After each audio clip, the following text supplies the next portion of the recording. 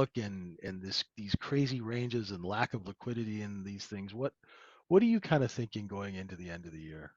So it's really interesting because I think there's some stat out there. Strategas does some great work in like political influence on the markets. And there's some crazy stat out there that since like 1929, the S&P 500 has never been negative in the 12 months following a midterm Wow. ever. Um and like the average return over the period is like 12%, which I'd take a 12% gain right now. Hmm. Um, so I think we have to keep that in mind. I think we also have to keep in mind the geopolitical situation, like where is the stress in the system and how long does it last? Because there's certain aspects where you can be ahead of it, right? Like Yeah. that the market turns before the economy does. Like if Hmm. you believe we're in a recession, and I would argue we're not, but there's plenty of debate that people want to have about that.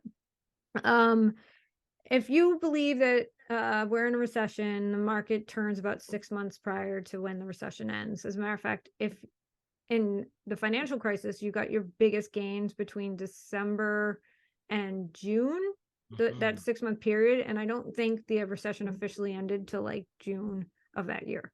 So you got all your returns in the 6 months prior.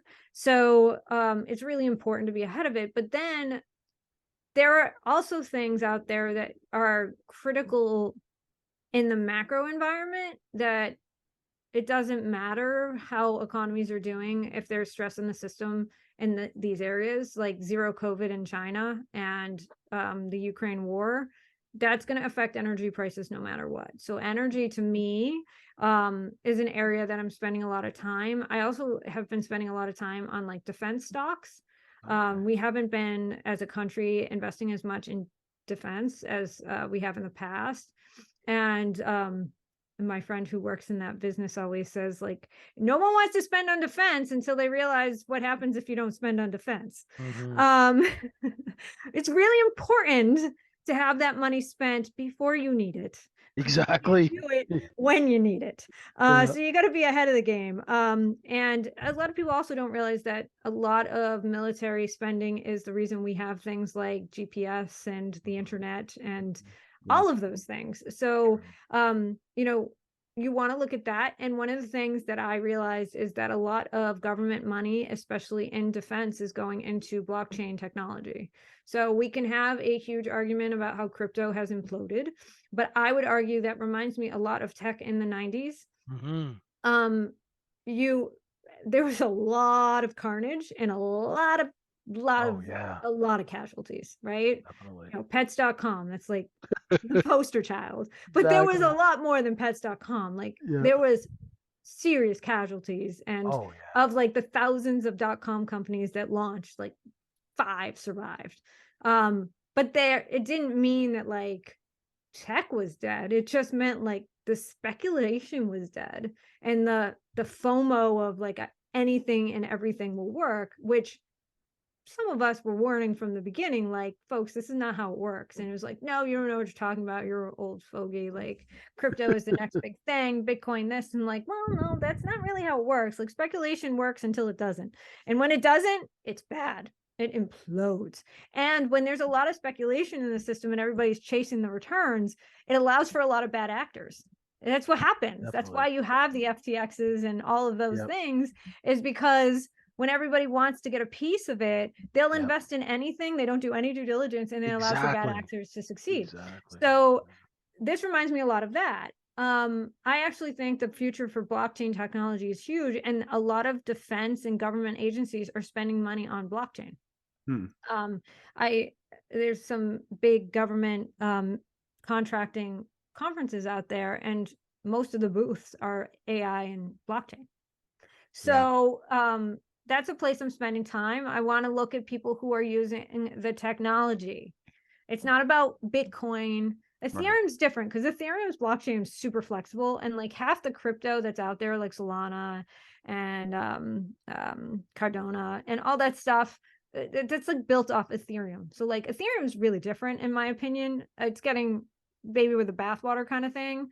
but like that blockchain is the foundation for like so many other blockchains, Yeah. and so many other applications like smart contracts and all that kind of stuff comes off of the Ethereum blockchain. So um now you got to look at the technology and the adoptability and like what people are thinking about.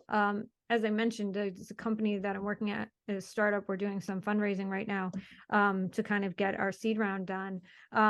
Where we're looking to apply blockchain technology to improve supply chain logistics and distribution, which is a direct result of China's COVID zero policy and the rest of the world realizing you can't be too reliant on having your entire supply chain affected by a country that is run the way China is run and will shut you all down.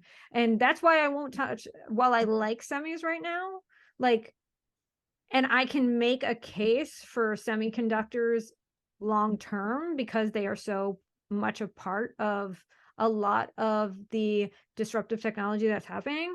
The fact of the matter is that as long as China keeps a zero COVID policy, there's going to be massive supply chain disruption for those companies that they cannot control. So I don't want that, and that isn't going to change anytime soon. So I can't use the whole economic leading indicators kind of thing. You want to be in certain types of stocks. So I can make a bull case for defense and energy, but there's a massive headwind and a bear case to be made for some of the tech stocks, which fundamentally are good companies doing things that are going to be in demand, but until China adopts a different policy, which they're saying 2024 at the earliest, they're going to have massive problems and they're going to miss their earnings, and it's going to be hard for them to give outlooks at all on what's going to happen in the next 12 to 18 months. So I'm staying away from them. I'm staying away from some of the more speculative companies like Zoom and Peloton that took advantage of a situation that was temporary and probably will not continue. Adoption has happened. Their ability to continue to take market share is slowing, which is why I think Peloton just launched their whole rent a Peloton bike. Like, I'm actually considering that because I would never spend the money to buy a Peloton bike, but their rental program is actually only like $100 a month, and you get the bike. And so maybe I'll try it out. Like, that's something, but I can't imagine the margins on that are great. No. And these companies too, I mean, if you look at Peloton, they have like an S8 that's big enough to choke a dinosaur. I Right. mean, there's so much employee compensation and, everyone's a consultant and they get free paper, right? Free stock. And it's just, just keeps diluting the float over and over. And Palantir is another one where, it's like they're passing out S8 paper to anyone who holds out their tongue, Yeah. it's, And yeah, everybody was willing to take it before, was because yeah, it was just going up, and they're like, oh, I yeah, can become a millionaire easy. yeah, You don't have to yeah, pay me. But now it's yeah, like different. yeah, And there's a lot of challenges, a lot of them overstaffed, thinking like yeah, the demand was very going to true. continue at the rate that it was, which was like completely unrealistic.